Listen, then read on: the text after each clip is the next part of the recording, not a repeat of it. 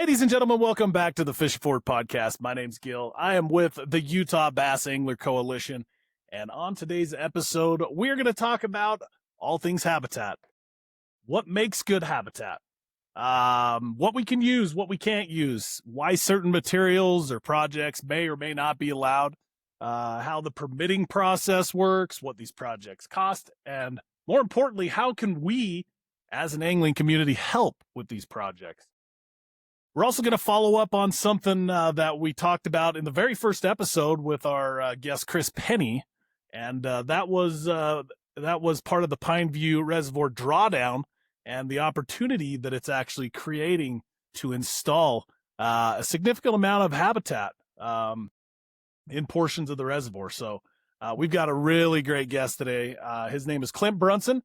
He is the aquatics manager for the northern region with the Utah Division of Wildlife Resources. Clint just barely had a meeting about the Pineview Reservoir habitat situation and what possibly there's to expect. I have not talked to Clint, so this is all going to be a surprise to me, just like it is you.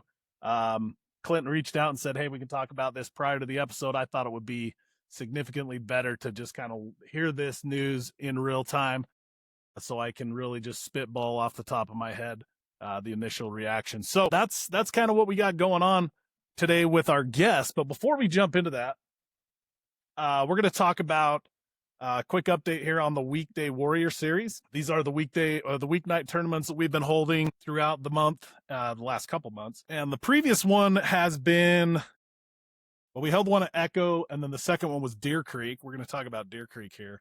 And man, it was a good time. I'm not going to say it wasn't a good time, but it was a absolute struggle. And I'm not talking about the fishing. The fishing was a struggle too, for some of us, as you'll see in the results. But really, it was boating traffic. And we are going to have an episode talking about this exact thing, and that is crowding on our reservoirs, boating issues with wake boats, and just crowding in general. And how it's creating issues for anglers, and everybody really. It's becoming pretty dangerous out there, to be honest. So we're not going to dive into that too much here today, but keep an eye out for that. That's going to be an episode we're going to dive into. Hopefully, get a representative with the Division of Natural Resources, Law Enforcement Division. So keep an eye out for that one. But let's talk about the results. Kind of looking here over the results. The boater category, I think we had 8 boats total. Let me just double check. The only 3 boats actually measured fish here. So let's just chalk it up to that. I think it was 7 or 8 boats. I did not submit a measurable fish. We did catch a bunch of fish, and actually I caught a lot of undersized largemouth, which was kind of good to see, actually. Hopefully those fish grow up in the next 5 years or so, and we'll have a plentiful population of the greenfish out there at Deer Creek Reservoir. But we'll talk about third place. Looks like Jack Burton took third place. He was able to submit a 14-inch largemouth. It seems like, man, a lot of these were all largemouth that got submitted, which is really good to see at Deer Creek. Just a lot of largemouth. So he submitted a 14-incher, and that was good enough for third place. And then Team Buzz Bergner, a good friend and customer of mine up here in the Heber Valley, he got 2 fish, totaling 24.75 inches, taking home second place prize there. And also we got in first place, and he absolutely crushed it, was Taylor Daggs. Taylor frequents that reservoir. And he fishes with another buddy of mine that was in the tournament that was unable to measure a fish, but he ended up with a big bass as well, 18 inches, and a total bag of 75 inches, which was real good. He had an 18-incher, a 16.75, a 14, a 13.75, and a 12.5. So congratulations to Taylor Daggs for taking home big fish and just overall first place. So congratulations there. We also did have a few guys out for the small craft division. If you guys aren't familiar with that, small craft division is electric motors, kayaks, float tubes, pontoons, bank fish. We had a bank fisherman out there on the reservoir. So first place was Talon Orman. He fished our Echo event, had a good time. He said, what the heck, I'll give another shot out at Deer Creek. And he was able to take the win with 24.25 inches. Bruno, I don't know how to say his last name. I'm just going to call him Bruno because I don't want to butcher his last name, but he was able to take second place with 12.25 inches and Hunter Mehmet with a 12 incher. So Bruno and Talon actually split the big fish in the small craft division with that 12 and a quarter fish. So they both got to share in that money there. And it was just a good time.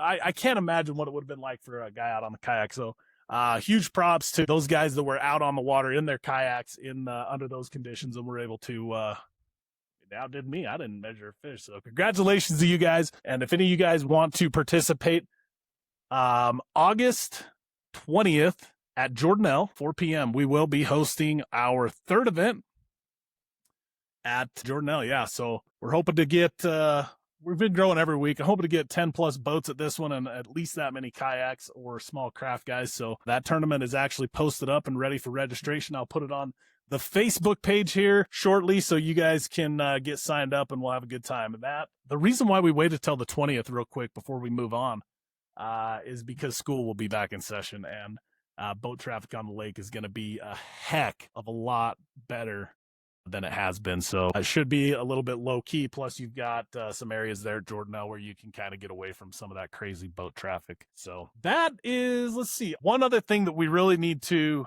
mention, guys. We're going to tighten up the measuring rules. Some of the fish are having their mouths are open. Some of them, it's hard to tell if their face is bumping the board. I don't want to deduct measurements, but we got to draw the line. From now on, mouths have to be completely closed or I will deduct a quarter to a half an inch, depending on how far the mouth is open. And you got to take a good photograph directly above, head to the left, hand not covering the entire fish. I understand you have to hold the fish down. Just make sure that you're not covering the entire fish. Just kind of hold it down. Get a good straight over the top shot. Make sure you have a proper measuring board. You got to have a proper measuring board. We have got a lot of guys, and that's because we got a lot of guys using measuring boards that really can't be used. All right. You got to have a board that does quarter inches. If the tail does not touch the quarter inch tick, then you go down to the next measurement. It's that simple, guys. The board that I would recommend, I actually bought like 5 or 6 of these. I bought a bunch for some guys that have been fishing the series and they're going to have new boards. This is the, what is this? This is the Catch Carbonate bump board right there. This is the board that I would recommend you guys use. This is a reputable brand. They make some other ones that you can buy as well. This is their the gold standard of their brand.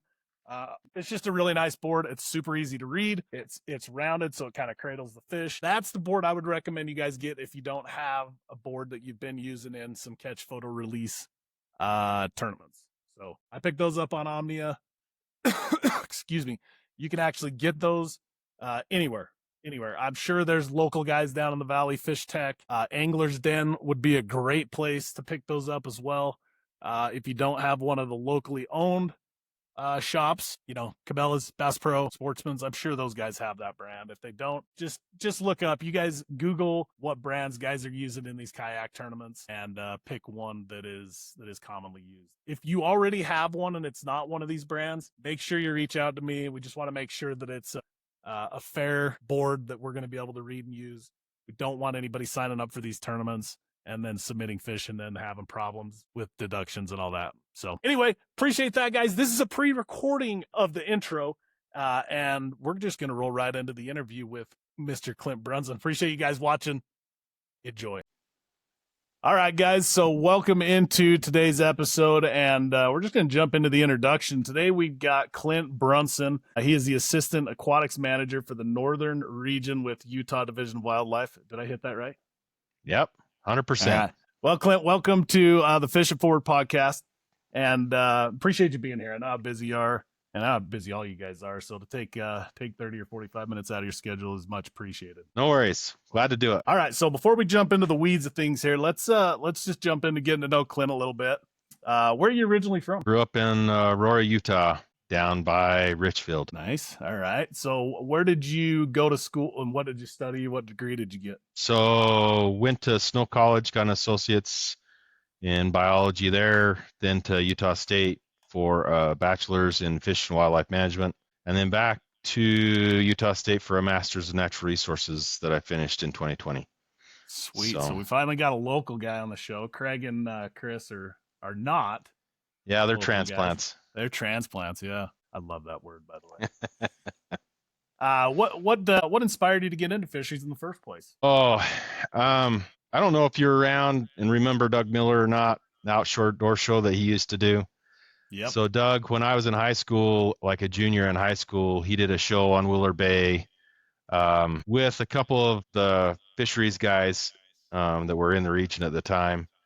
And I thought, man, that looks kind of cool, and they were pulling gill nets. And I'd done some ride alongs with some of our conservation officers and knew that that wasn't necessarily the side that I wanted to be on. I wanted to be more on the biology side. So after I watched that show, I thought, man, that's what I got to do. So most of the rest of high school and all of college was focused on biology and kind of getting that degree and getting into the field. I had a fall season of guiding deer and elk hunters in Idaho, and was a tech for 4 different seasonal jobs anyways for the division before I got a full-time job working on the marsh in 2003. So That's cool. So how many years have you got with them? next month will be 23. Holy mackerel. Heck yeah. Yeah. That's cool. Yeah, That's it's cool, good. Man. That is good. What so for somebody who doesn't know what an assistant aquatics manager does, me, what do you do? What is the bulk of what you do? A lot of my job, so that's kind of the formal title. My biologist title is the aquatic habitat restoration biologist. So I do a lot of work with habitat in rivers and streams. And then a few years ago, took on the reservoir responsibilities for habitat, which we'll talk about in depth later today. And then I also help with the Blue Ribbon Fisheries program in the region and provide insight and a lot of information to their Blue Ribbon Fisheries Advisory Council. The assistant manager side of things are more administrative roles. I have a little bit more admin responsibilities, attend a few more meetings, help with budgets, and some of those kind of fun things, the fun right? stuff. Yeah. Yeah. But it all has to be done, and Sure.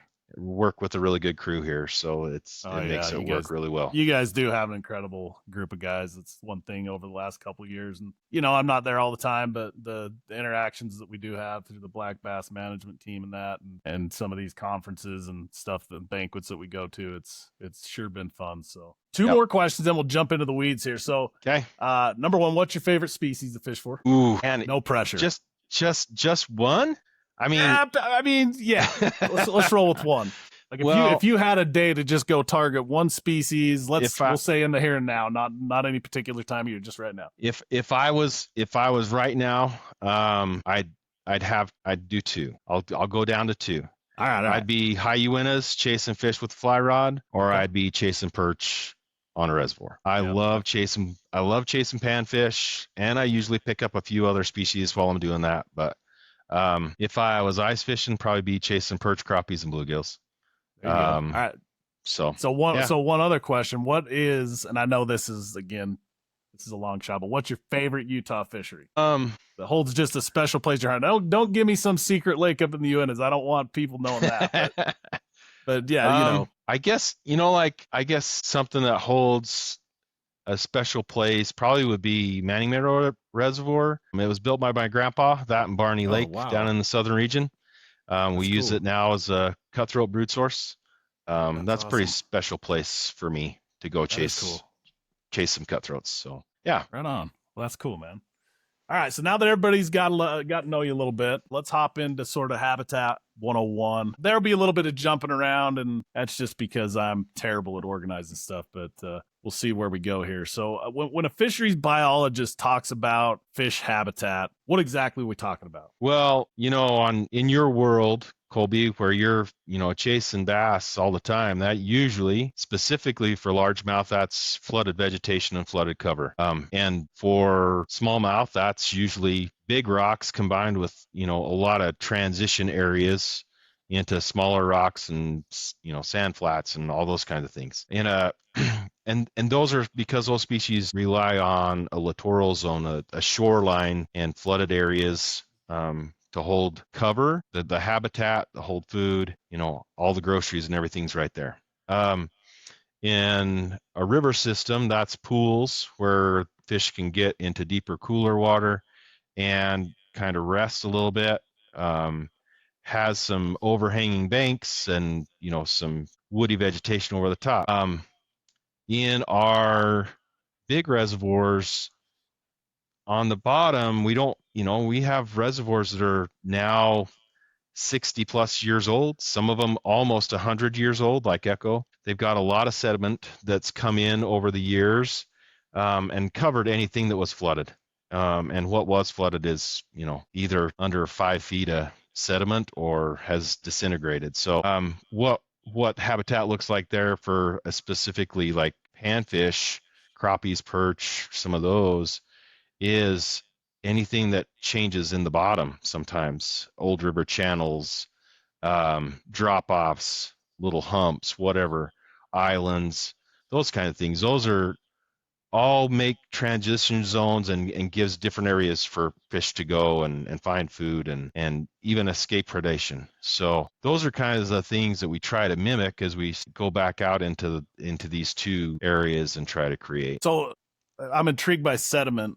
Do we just continue to get more sediment? Is it a nonstop thing? It constantly is I guess a problem, but it is sort of a problem, but it's part of the natural ways of a reservoir, right? I mean, correct. Yeah, it's a constantly revolving or just constant accumulation basically into these reservoirs.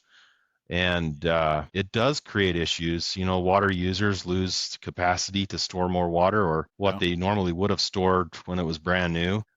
It creates some issues where, again, the flooded, if you go to Rockport or Echo, you can still find some old remnants of houses or buildings or trees and stuff when it gets really low, which is kind of cool. But all that stuff would have been habitat for fish when it was first flooded for the first 10 or 15 years. And that's not available. It's just a big mud flat now. And so that also changes what you have in the water for food, right? Yes.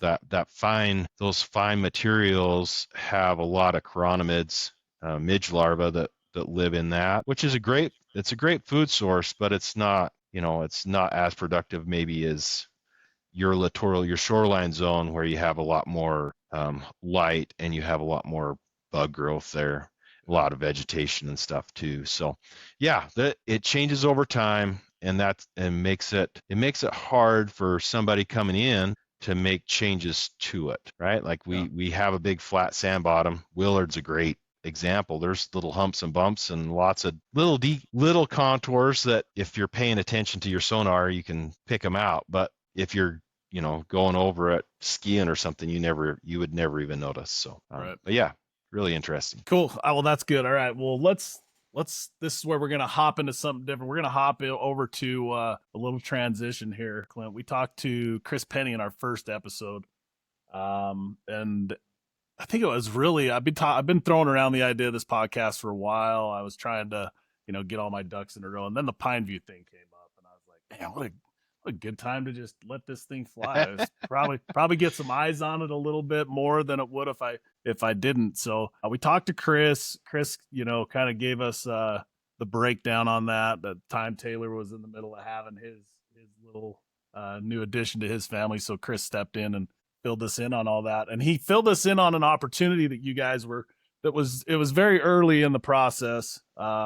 Of funding and the idea of a habitat project while the reservoir was being drawn down. Why don't we touch on that?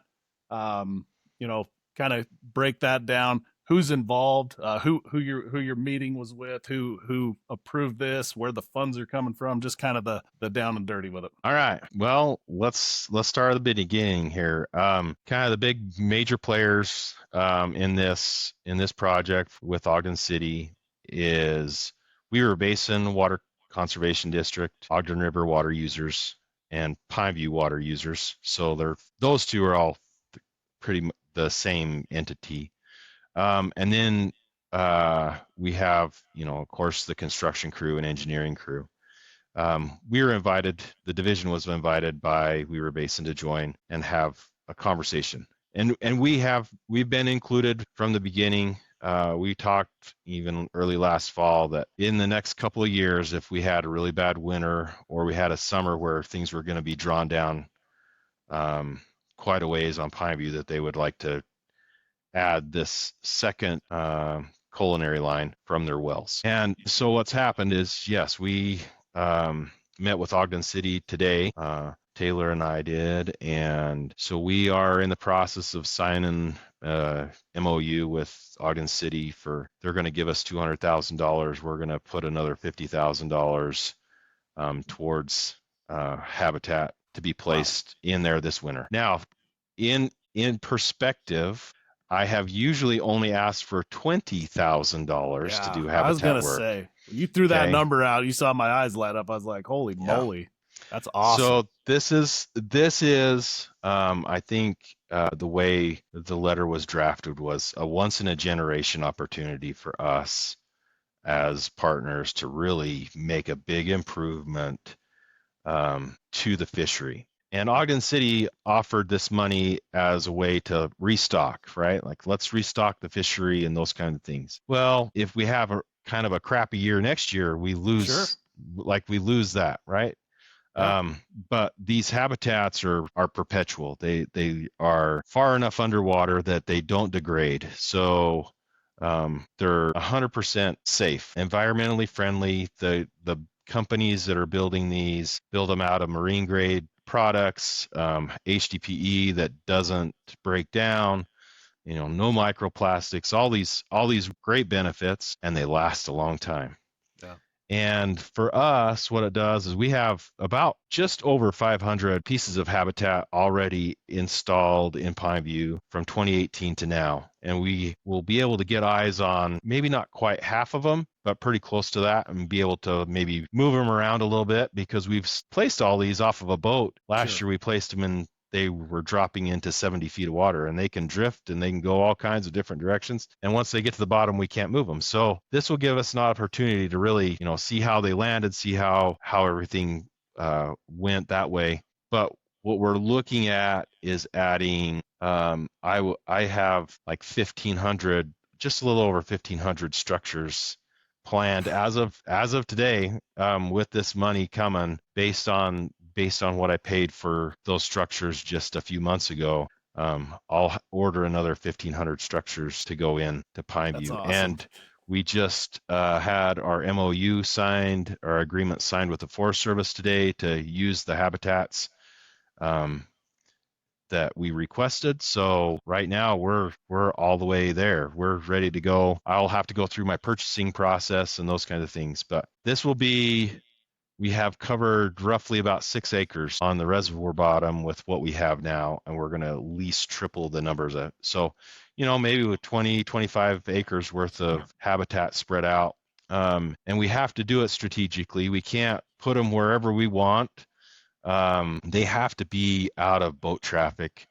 And there's a couple of reasons that they're as deep as they are. So at full pool, most of these structures will be anywhere between 60 and 70 feet of water. They're not really utilized at that point by any fish. But as the water gets drawn down, the young year fish, the perch and crappies, bluegills that were spawned in the springtime can utilize these really low oxygen areas in the reservoir where these habitats are. And so we've found fish, these little 2, 3, 4-inch perch at this time of year on those habitats. And then in the fall, as the top layer of the water cools and matches that of the bottom and everything turns over, then predators can go wherever they want. Because up until that point, it's kind of got this little low oxygen area around these habitats. So now we will have probably 4 times the amount of habitats in place for those little fish to be protected. Yeah. And what that does is it removes our kind of boom and bust cycle of having perch do really well for a couple of years and then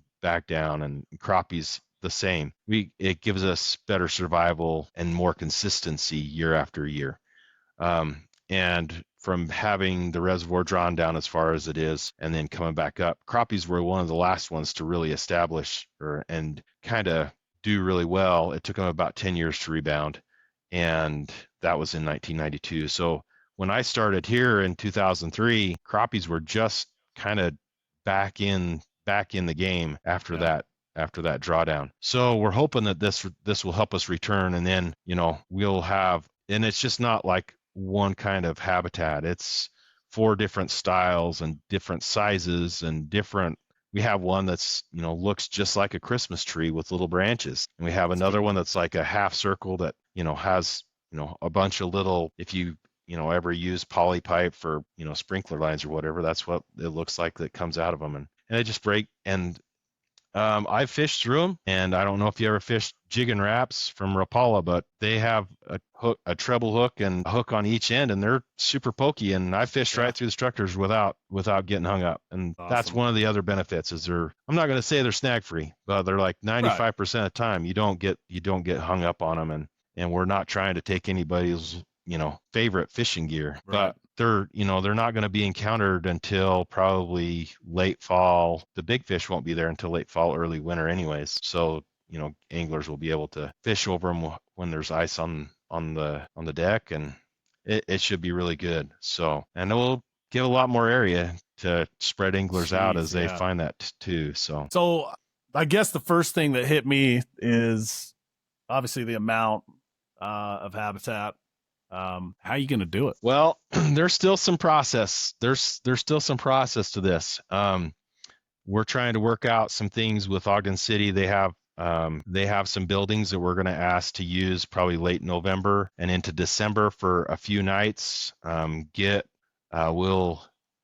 Taylor's created a little QR code that we will distribute around to, the people that we know, and anybody that wants to sign up, they'll just add an email, phone number, and then we'll just specifically just for Pineview, we'll just shoot out a message saying, hey, we're going to be working these 4 nights at this location. We're going to haul all the pallets there, and then we'll have a heated or at least a warm facility to assemble. Once those are assembled, then we've talked with in our discussions today with Ogden City, they're well filled off of Browning Point. We're going to probably stage, if possible, most of those assembled habitats there, and then it's just a matter of getting them onto the surface of the reservoir. And some of those things are still in the works, but right now we've got.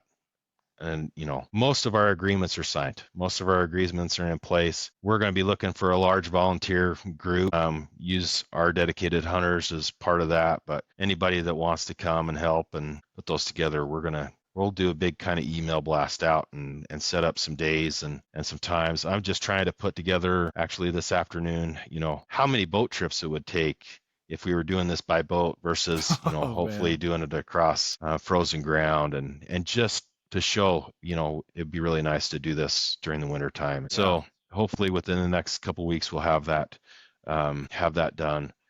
And, but yeah, we're going to try really hard to get this all done before ice breaks up and the reservoir starts to fill. So we have it in place. We can place our structures how we want to. We can build them. We can have our tallest ones in the center and, have everything spread out around them. And, we kind of think that we throw everything out off the front end of a boat pretty well, but if one's drifting at a weird angle and this other one goes a different way, we have no idea other than we see that they end up on the bottom of the reservoir. But Taylor was there yesterday picking up his last 4 receivers and drove over some of these habitat structures, and there's just fish just stacked on those habitats right now. I bet. I can't imagine. So, I mean, I was like, man, I should like take one of these last remaining days before you can't get on the water and go out there and fish them. But yeah. I mean, I encourage everybody to do that, and we're not going to lose all the fish. Nope. But go out, take advantage of the regulations. Utilize the resource while we have the amount that we have. And, it's going to be interesting because everybody looks at this as doom and gloom. We're losing the reservoir. They're draining it down. We're going to lose everything. And it's going to be a big hit. And it's going to take a lot of recovery, but we're not going to lose all the fish. Chris Penny was saying a lot of those species, we're not even going to have to really restock, especially like the bass. The bass bounce back so fast. Those type of species, I mean, perch are going to be probably going to, and crappie, those, obviously the muskie are going to be the ones that are going to struggle the most, we have to plant muskie anyway. They don't reproduce. So that's part of the process anyway. We're just going to have to do it on probably a little bit higher. Yeah. And I think Taylor's already kind of started, that process. And that telemetry work that he's been doing on the reservoir has shown us that the survival of those 10-inch fish is pretty incredible. And so if we can have the hatcheries get those fish to 10 inches for our stocking purposes, we'll have some really good numbers. And we have, as Taylor and I have talked the last couple of days and the last couple of weeks, there is a really good couple of age classes of those 30 to 36 inch fish, tiger muskies in the reservoir. There's a really good group of those, and we've had really good success. So we got some 24s that will be from this year's stocking that will be into that. Those fish should handle all of this really well. Now that's us hoping that weather cools down as it would typically. That's us hoping that we don't get harmful algal blooms. There's some things that are not in our control, but that's where we've asked anglers to come and reduce some of the biomass there in the reservoir by taking some fish home. The species that we're allowing to take are some of the best eating fish,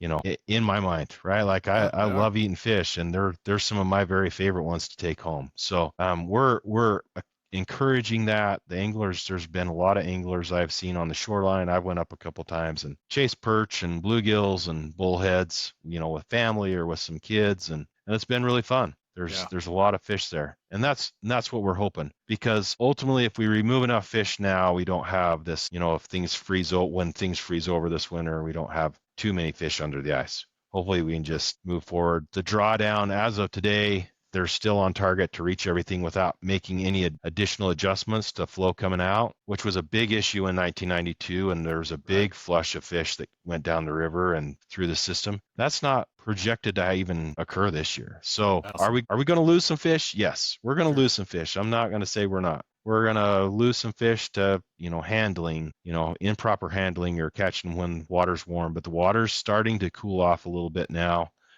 Evenings are getting a little bit better, it seems like, up there. So things are projected and going according to our plans, hopefully, to not have a big die-off in any way, shape, or form. That's good. That's awesome. Well, and here's the thing, guys.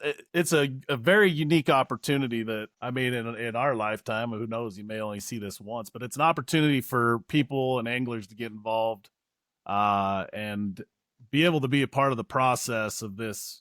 This is the biggest habitat project that you guys have ever done. Am I right? Period. So it's an opportunity for all kinds of people to get involved and follow the success of what happens years down the road. And, you get to know where all that structure is when it becomes time to go fish that stuff, I don't know. That's absolutely right. Absolutely right. Be one of those to come and help and, mark the habitats, even if it's just the outside edges, just so you know where to start and go through. Yeah, come and help, because it's a once in a generation opportunity for us to put this in. We can work out, putting in $20,000 worth of habitat here and there. And that's always been just because of some finance constraints that I didn't want to have to deal with, that I've just always stayed under 20,000. But, to have this kind of money come in and the amount of structures, we're going to need to have the hands and need to have the help to get everything assembled and placed. But two, it's something that you'll be able to pass on to your kids and share, or even have them come help, because it's not that difficult. Well, and I think one more thing we'll touch on, and then we'll kind of cruise into some other stuff. But I think it's important that a lot of people were looking at Ogden City and that water group as kind of the bad guy, right? They didn't want to spend the money to do it the right way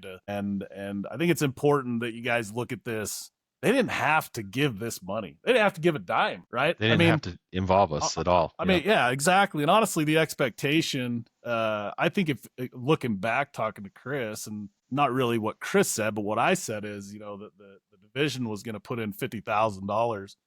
My hope was, and my hopes and dreams were, that they would match that with just another $50,000. So for them to do it, they did, guys. It's worth thanking those folks and showing appreciation, because without people, correct me if I'm wrong, is the mayor of Ogden City, he used to work for the division and was a biologist. Am I correct? Yeah. In fact, I sit in his seat. Yes. Okay.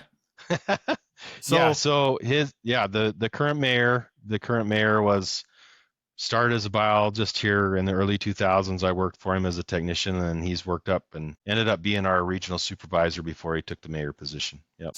So it's important, and we're not getting into politics or anything, but guys, when you're looking at people that are going into office, these are the kind of people we want in those positions for this exact reason. They support what we love to do, and they support the division and what their goal is. And so, keep that in the back of your head as we go forward. But with this and, talking about the funding of this project, we'll kind of keep this short because it's going to be a little bit boring for people that don't nerd out on this. But what really goes into getting a project like, Pineview's a little bit of the exception, but like Jordanelle project, what goes into getting a permit to do that? How long does it take? Just kind of walk us quickly through that. Yeah, no worries. So we have, I should say this at least. I have just kind of reached out to the partners every year when I have habitat to install and said, hey, this is what we've got going, and they've been fine with that. Kind of a handshake deal, right? Among friends, among partners. Yeah, this is cool to do. In November last year, we were asked to put together an agreement between us and the Bureau of Reclamation for installing habitats for the next 25 years on Jordanelle and Pineview. I'll do one probably for Echo and Rockport as well, because these habitats benefit perch and crappies. So that takes a little while. And we ran the Jordanelle one through.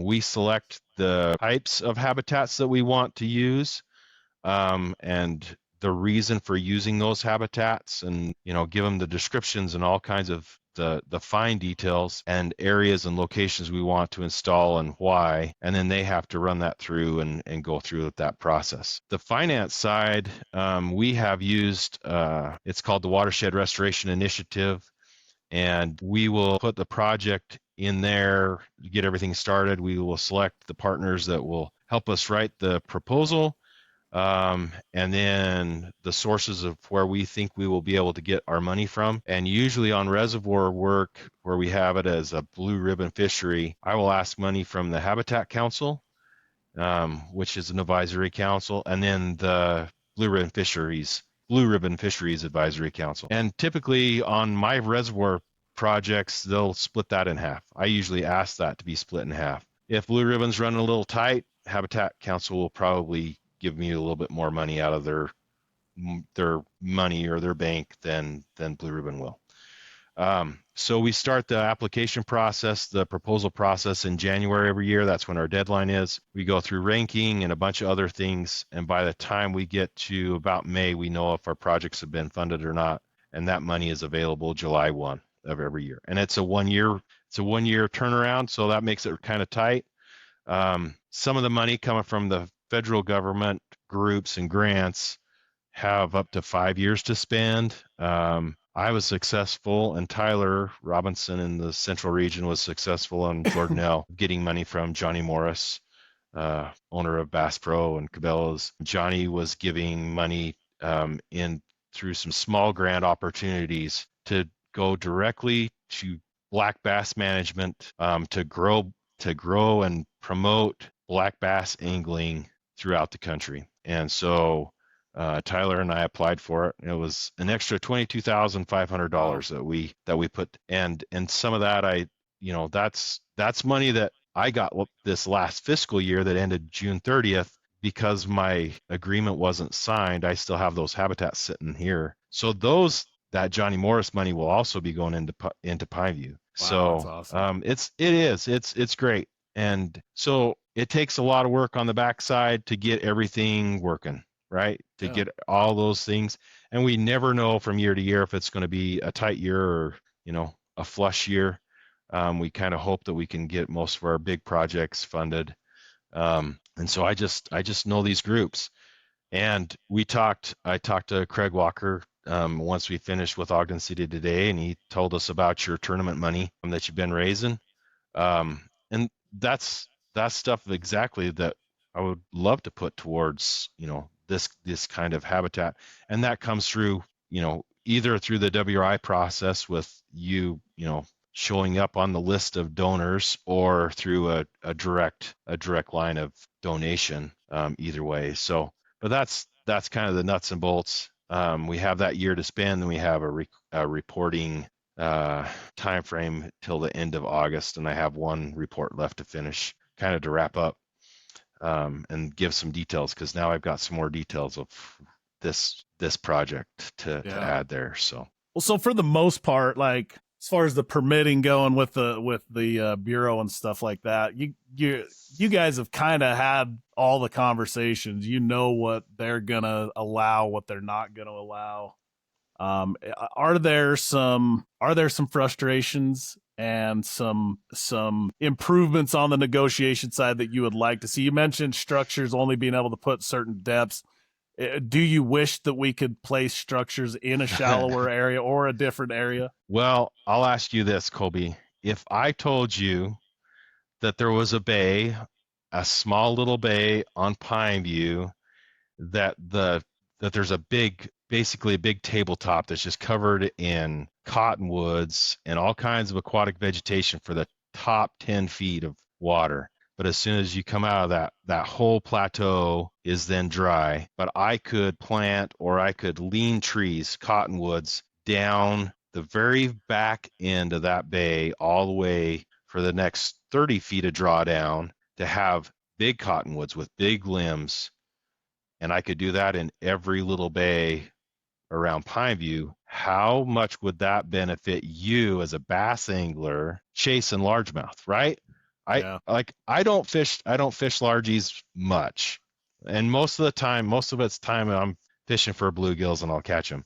But there are days that I'll walk a shoreline throwing buzz baits or topwater stuff, specifically targeting largemouth bass. And I wish there was more habitat in these areas that you could target, or that fish could find some protection, because right now at Pineview, Echo, Rockport, you name the reservoir, their shoreline habitat is kind of non-existent other than some big rocks. Would I like to? Yes. Have we been able to do it? In the past, yes. We did some stuff from shoreline, but you had to start at a high water mark and go, as far down as you could. And they ran a little mini X and planted some cedar trees and anchored everything with rocks. I would like to, bury basically the root ball included of a 60-foot cottonwood, and on top of another 60, on top of another 60, all the way down, and hold it in place so it's not a boating hazard and people can see the trees in the water. Yeah. I think those are negotiations that we could have. I think those are things that we can talk about. But right now, the way that we have things in our favor, we're going to take this to really benefit this panfish fishery and get some stability there, because then everything else benefits in the system, because that's going to be our food source. I'm not going to beat around the bush and say that there's not some struggles trying to get through some of these, but I think once we all realize that we're just trying to get through the process and get to a really good place, things typically work out. So, things happen so fast too, right? You got to kind of work with what you got, and then you have these ideas, and when with the black bass management team, hopefully we can start to talk about some of that stuff and maybe proposing some of those projects in the future, and hopefully we get a little headway. All you can do is try, and I think that with where artificial habitat has come from, I mean, man, they, like you said, the structures they make now, and they've made them environmentally friendly, and the way that they anchor them, and I think that these water groups are starting to realize that they're pretty dialed. I mean, they're pretty dialed. We're not just going and chucking a tree on the bank, and we're not just going and dumping a pile of Christmas trees in the middle of the lake and they're flowing into the outflows and things like that. So, let's since you brought it up, let's talk Christmas trees really quick. If I had that in here, I'm glad you are. Yes, let's talk Christmas trees, because that is the number one thing I hear and get DMs and messages about. Why does not the UBAC now exist? Why don't we do a Christmas tree project? Right. Well, because I don't want to get arrested, number one. Because we're not legally allowed to in a BOR held water. Other states have either state-owned or private lakes that they do these Christmas tree projects at. And they do not have the elevation change that we do on our reservoirs. Um, those are the big ones. Christmas trees tend to last 3 to 5 years, so you constantly have to be doing this. Arizona, for instance, they'll put in several hundred trees in the back of a bay, and we went over a project site 2 years ago in the fall, and you could tell the trunk was still there in a couple of trunks, but you could tell where the piles of needles and fine branches had, because of the readout of the sonar, you could tell it was just a soft kind of Yeah. mulch on the bottom, right? And so, have we done them in the past? Yes. Late 90s, even in the 80s, you can still find some old tires. You can find cable that go through trees out in Willard, right? Like you can find these old things, but they fill with sediment pretty fast. They deteriorate really fast. And BUR, because of the waters that we work on, that's a hard no, Yeah. especially because they become boating hazards when they break free and they float. These Sure. habitats we're using now have anchors built into them. They stay on the bottom. They don't float. They don't have little pieces that can come up off the bottom and get into intakes or something like that. So that's the reason we don't use Christmas trees. If we did, we'd probably collect a lot more fishing lures than what we're using, than these artificial ones, because they're Yeah. pretty snaggy. Yeah, they are. But there's a lot of guys. There's a lot of guys. We get questions all the time. Why don't you use this? Why don't you use that? One of the other things that I find is, concrete can break. Little pieces of wood come off. Whole trunks come loose. Whatever. We just don't want to be adding that kind of stuff just floating around to get stuck in a prop or have somebody fall off a boat, or fall off skis or something and get hit and get hurt. So we're sticking with what we got. What And about that's what about this? Is there situational reservoirs, or I come from all of my fishing started in community ponds. Is okay. there an opportunity in some of our community ponds to put together a small project where you could possibly utilize Christmas tree habitat? There is probably. Okay. Now, the habitat that I have sitting here in the back of the office right now, half of that habitat is going to Bountiful Pond and Andy Adams. Awesome. And that's because we just created, or we just finished a creel survey. And those are two bodies of water that receive an extreme amount of pressure, angling pressure. And if we can prolong the lives of some of those stocked fish a little bit longer by giving them a break and some places to go to, maybe that will help keep anglers happy that That's way cool. too. So and the hard part is, like some of those community ponds are still irrigation ponds, right? Sure. Holmes Creek, Andy Adams, Hobbs Hobbs. Reservoir, those are still drawn down. Those we might get a hard no. Yeah. But something like Bountiful Pond, for, especially if we could assemble them and put them out on the ice and let them just, anchor them with some, blocks or something. Maybe that's something. I'm not going to tell you yes, because that's something that we kind of have to, arrange with the city and all kinds of things. But we're trying really hard to utilize and put in habitat where we can. 21st Street Pond is one that the city's talking about, trying to be owners of, or in some way, shape, or form. I don't know the details. Just know that there's been some talk with the owners there. And if that goes into place, then I'll be going, and we're going to thin some trees out. We're going to put some benches in where, mom can watch her kids fish in front of her and not have a, big wall of Russian olives there, because there's park benches that just have a wall of Russian olives or wall of Yeah. Phragmites in front of them. Yep. I'd like to do some very strategic tree removals, not to eliminate shade, but to give kids and Yeah. You gotta whoever have wants to access. fish them, yeah, give them a little bit more shoreline access, not, go to make a cast and get, whatever they're fishing with stuck in the tree Yeah. because they're trying to, make something work. And then add some in pond habitat. So yeah, that's something that we're doing. Chris, when we have new community ponds, he's trying to incorporate um, big root wads and different things like that as they're clearing off. They've got all these trees and branches and all this stuff, and trying to incorporate and have that anchored in the bottom as additional cover. when it's being built too. So that's pretty cool. yeah. All right, so let's jump over real quick and just we've touched on it a little bit here with the Christmas tree versus artificial habitat. But what we have at natural versus artificial habitat. Obviously, we know why natural habitat disappears as far as trees, sagebrush, that stuff just naturally is going to deteriorate over time, right? I think one you can really look at. There's lots you could look at, but Jordanelle Reservoir. Jordanelle was incredibly well with habitat, natural habitat in its early years, and we saw the benefits of that with just massive brown trout, massive bass. I mean, the thread got revived the other day on one of the fishing pages about a guy that I know is telling the truth. He witnessed a 9-pound smallmouth. It did not get reported as a state record. He let the fish go, but they were catching 8-pounders, 7-pounders on the regular due to number one, we had a really good forage base that was able to survive in there. That was probably mainly the Utah chub. Probably was a big contributing factor with the panfish. Probably, yes, definitely. And now you go to Jordanelle, and a lot of that, if not the majority of that stuff, is gone. I mean, there's still some standing timber. Very little of it has branches.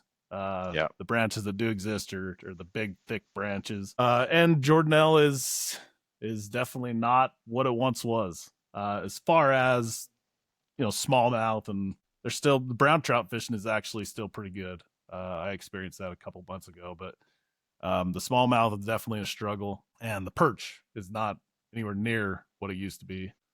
So I guess that comparison there kind of tells you what happens to natural and artificial. Just that doesn't happen with artificial habitat. We're able to maintain that stuff for, I don't know, forever. Maybe not forever, but in our lifetime. Yeah, like we're not we'll be you and I'll be 6 feet under before we the only threat to artificial is sedimentation. Really, that's really where we get to is if sediment loads continue to just cover them up or something. And these ones are far enough from inlets that's not usually the case. They're the deepest part of the reservoir, so they're closest to the dam, which doesn't have high loads. Right. These are reservoirs are usually big enough that they don't get all the way just chocolate brown in the springtime. It's usually just their inlet ends. So yeah.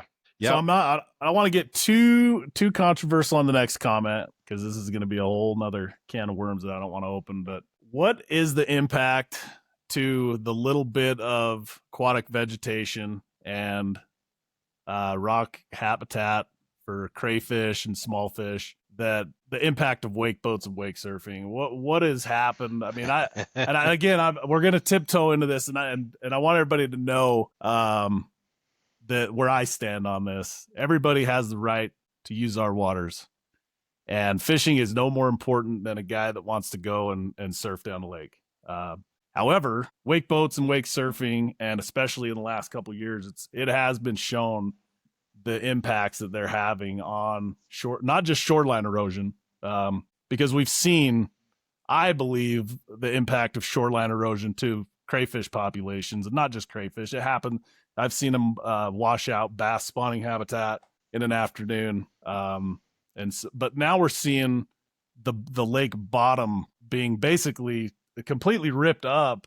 And I'm not going to quote exactly the depths, but it's in the depth range of 20 to 25 feet, where they're still seeing impacts of those nutrients being completely lifted off the bottom, and the habitat being ripped up, basically rendering it where it can't establish itself. And in Utah, where we already have a problem establishing habitat vegetation on the lake bottoms because of our water levels constantly changing and dropping.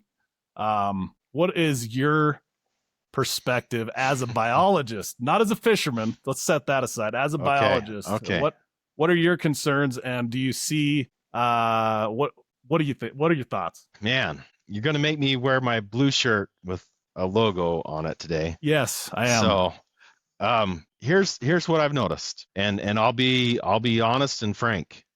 I have noticed in every body of water more erosion on shorelines in the last 10 years than happened in the previous 10, 15. And I think that's mainly because that previous 10 to 15 years was just ski boats. They don't cast a big wake. They, yeah, they can be fast and annoying, but they're not throwing big waves around like some of the surf and wakeboard boats. So last year, in fact, Taylor and I were talking about this today.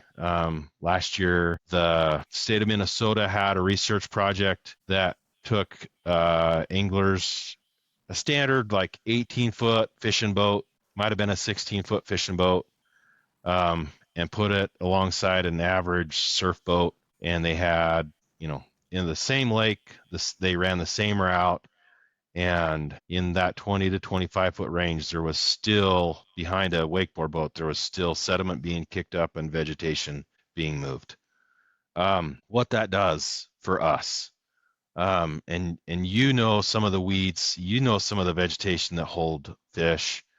But when they're just starting to grow, smartweed, probably in particular, that if that is being disturbed too much or whatever, it just breaks it. Those smartweed beds in the fall, when I've been on the electrofishing boat with Taylor, we're trying to tag muskies. Those smartweed beds hold all kinds of fish, not just little fish. Big crappies, big perch, big bullheads, tiger muskies, smallmouth, largemouth, you name it. Every species that's in that lake is in that smartweed bed. And important insects. And that's the reason that the small fish are there, and that's why the big fish are there, because they're eating those small fish. It pays it is a big issue, and I think it will become bigger. I watched, Cemetery Point at Pineview on the north side. That wall seems to get more and more vertical every year, and I think it would be more so if it was at full capacity every year into middle of June or even into July, and we had good water years back to back, we'd see a lot of erosion along those really vertical banks. That is a good point. What you're saying is the drought actually isn't showing what the true impact really could be. The drought's actually helping in a weird way. Yeah, last year we're asked by our Salt Lake staff to collect fish every year for the state fair. And if you go into the wildlife building, you'll see a series of species in those, and we collect those from different bodies of water every year for the state fair. And we were doing that last year, and we pulled into the Narrows, and there's a buoy line that sets a no wake zone, always has been, and on any navigation system it always shows on a fish finder, shows on maps, hard maps, that's there. And for whatever reason it was pulled last year, and you could see, because we got down in there and had a big surf boat come in, turn around, and it pushed us about 10 feet sideways. I really had to correct the boat so we didn't end up in the shore, because we were trolling pretty close to the shoreline. And you could see on the south side this vertical wall that was just actively eroding, and the highway is just right above it. And we, reported it to the Forest Service and URC, Utah Rec, and told them, like, this is happening. We need, that wake zone needs to be put back in place. And it's just that fast. It really can be that fast, and not, you're right. All users have the ability to use these bodies of water responsibly. But we need to, look at how that happens.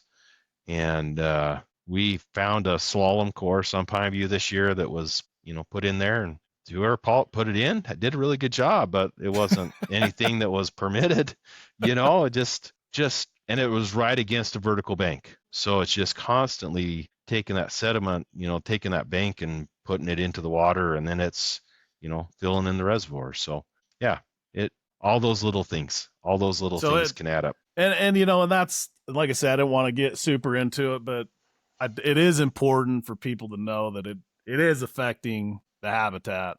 We're not even going to talk about the usability of the reservoir from an angling standpoint, from a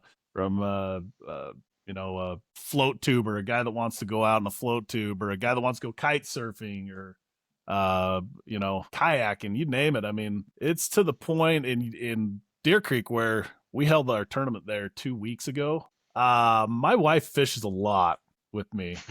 She gets drug everywhere.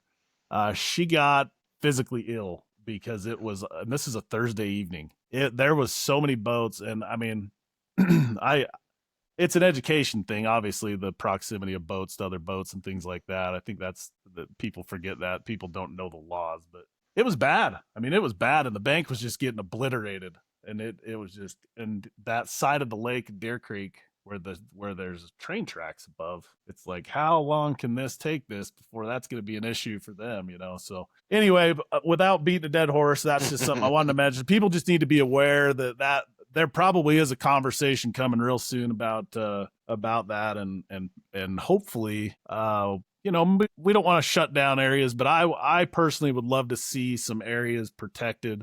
And I live in Heber City, so I speak on Deer Creek all the time. That Charleston side of Deer Creek, where that water comes up to that 20-25 foot, I would love for that entire end of the reservoir to be wakeless and protected, so we can actually see what habitat would come back in a 5 or 10 year span. And I think that it would open people's eyes pretty wide to what could happen if you were able to eliminate wakes. Do you think that you would see an impact? So that's an interesting thought, Colby. And I'll say this.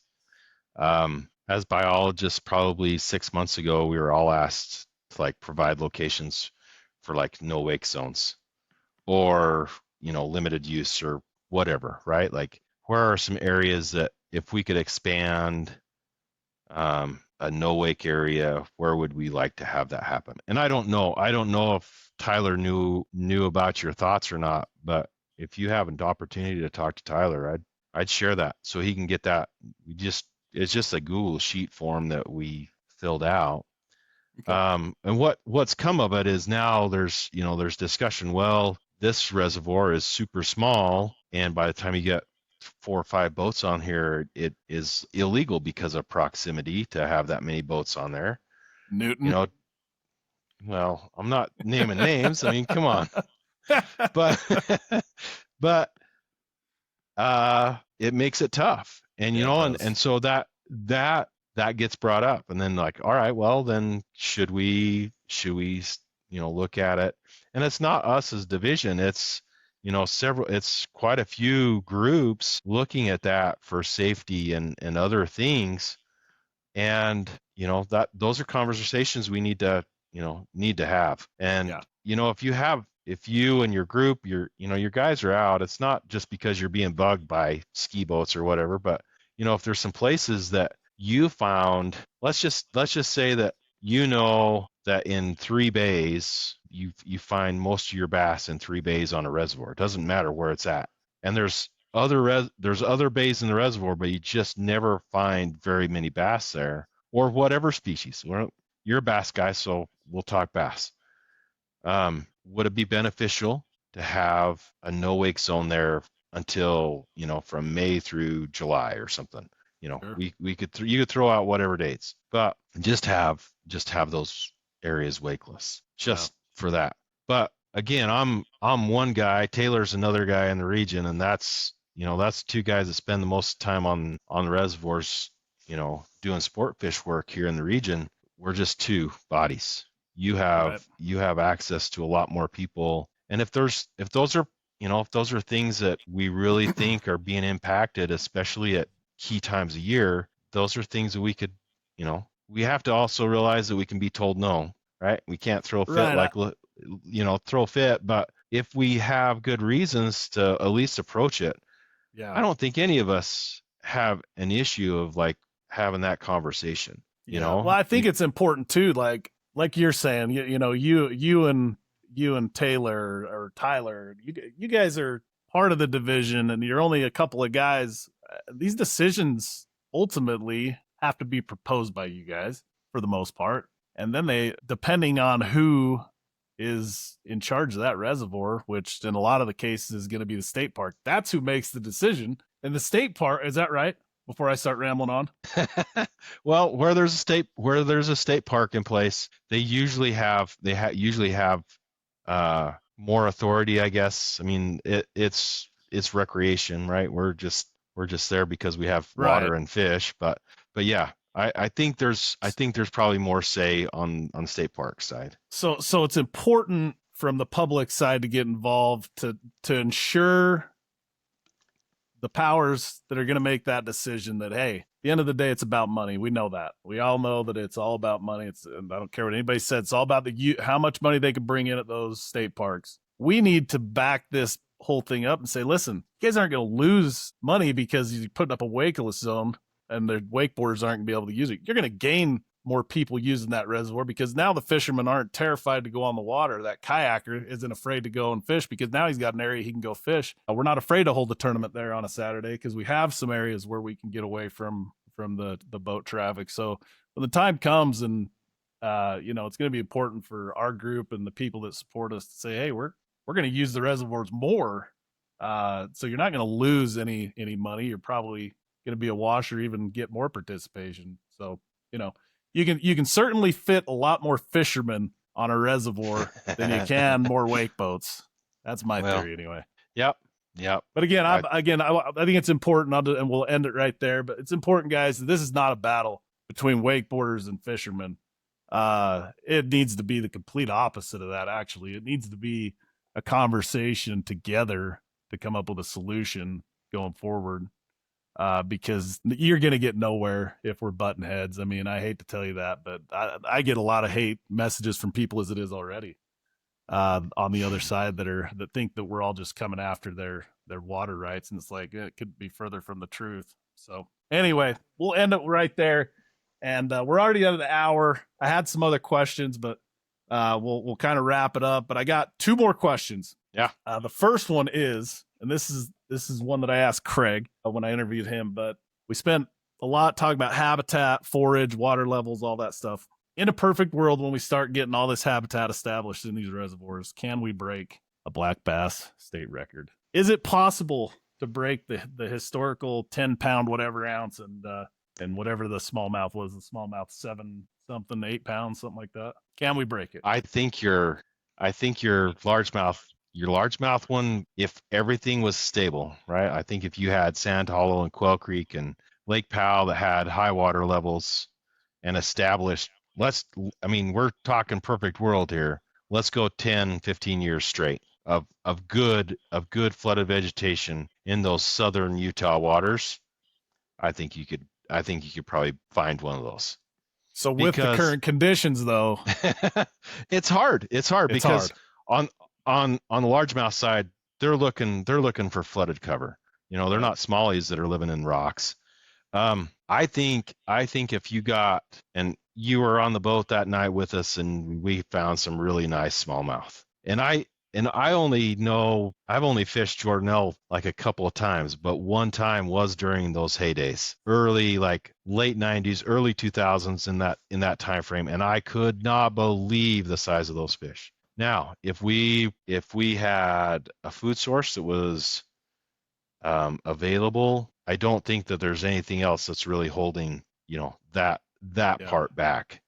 I think if we got back to the productivity part of some of these reservoirs, and maybe that's a forage issue, whatever it is, but I think there's possibilities, right? You're talking perfect world. Perfect world means we have all the resources that those fish need to complete a life history, and they can grow.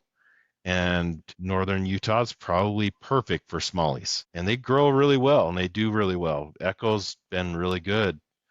I've looked at some really nice fish out of nets and different things this spring before everything kind of even got warm. I think the potential's there. We just need to make sure that, and the one thing that I know it's not maybe a common practice, but there's only so many groceries in a reservoir. And just because we want to have more fish doesn't mean we get more big fish. Sometimes we just get more fish. Yep. Sometimes we have to remove some of those smaller fish to make, to spread those groceries out a little bit better. So, anyways.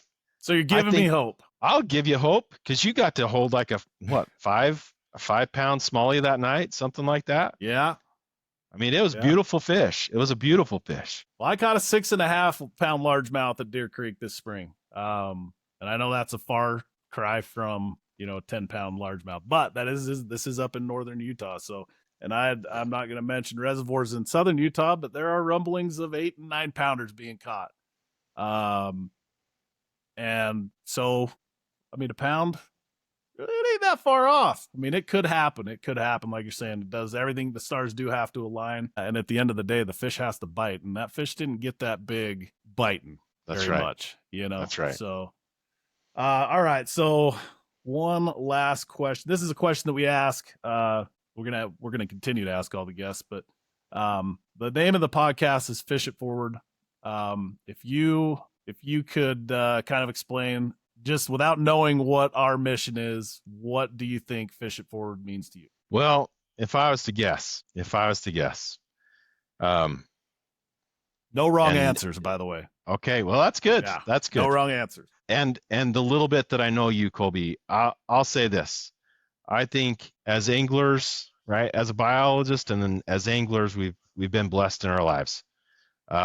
We've been able to, chase fish of various species in the state of Utah, and providing opportunities for people to learn and know about those opportunities, so they have that opportunity, so they can go out and fish. The last couple of weeks, I've had several young men's groups reach out that, and I've taken dads and sons, and, do I like catching fish? I love catching fish, but I'll tell you what, it's been way fun to watch these fathers and sons fishing together, catching fish, because they've made lots of trips without it.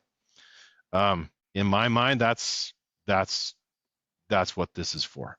A text came off of the Wind Rivers last night. We were sitting in a little neighborhood party, and the wife read this text saying fishing is great, from her husband, who has caught about 10 fish his entire life. And the next text was, it's a fish almost every cast. So if I was to guess, that's what this is about, right? Yes. Like sharing the blessing that we have and that we've lived because of where we're at, and letting that go forward, and having everybody else be able to do that too. Yep, that's perfect.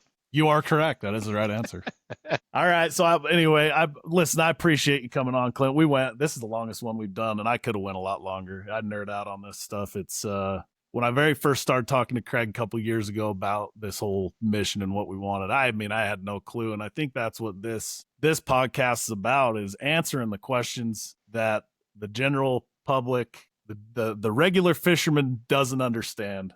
There's always a lot of darts being thrown at biologists for doing the wrong thing, and they think that, they're just trying to destroy the bass. They don't give a crap about the bass. This is a trout state. That's all we care about. And it's like, it couldn't be further from the truth.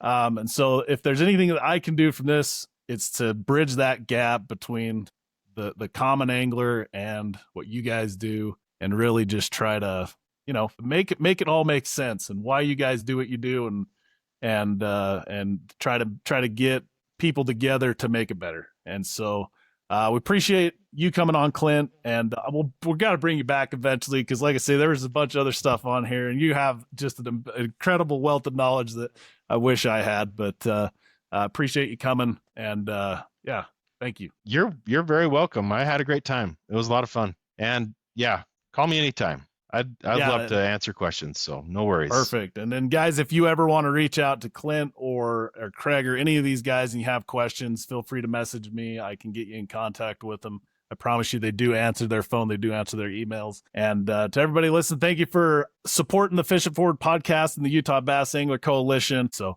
thanks again, Clint. Guys, appreciate you watching, and we will see you on the next one.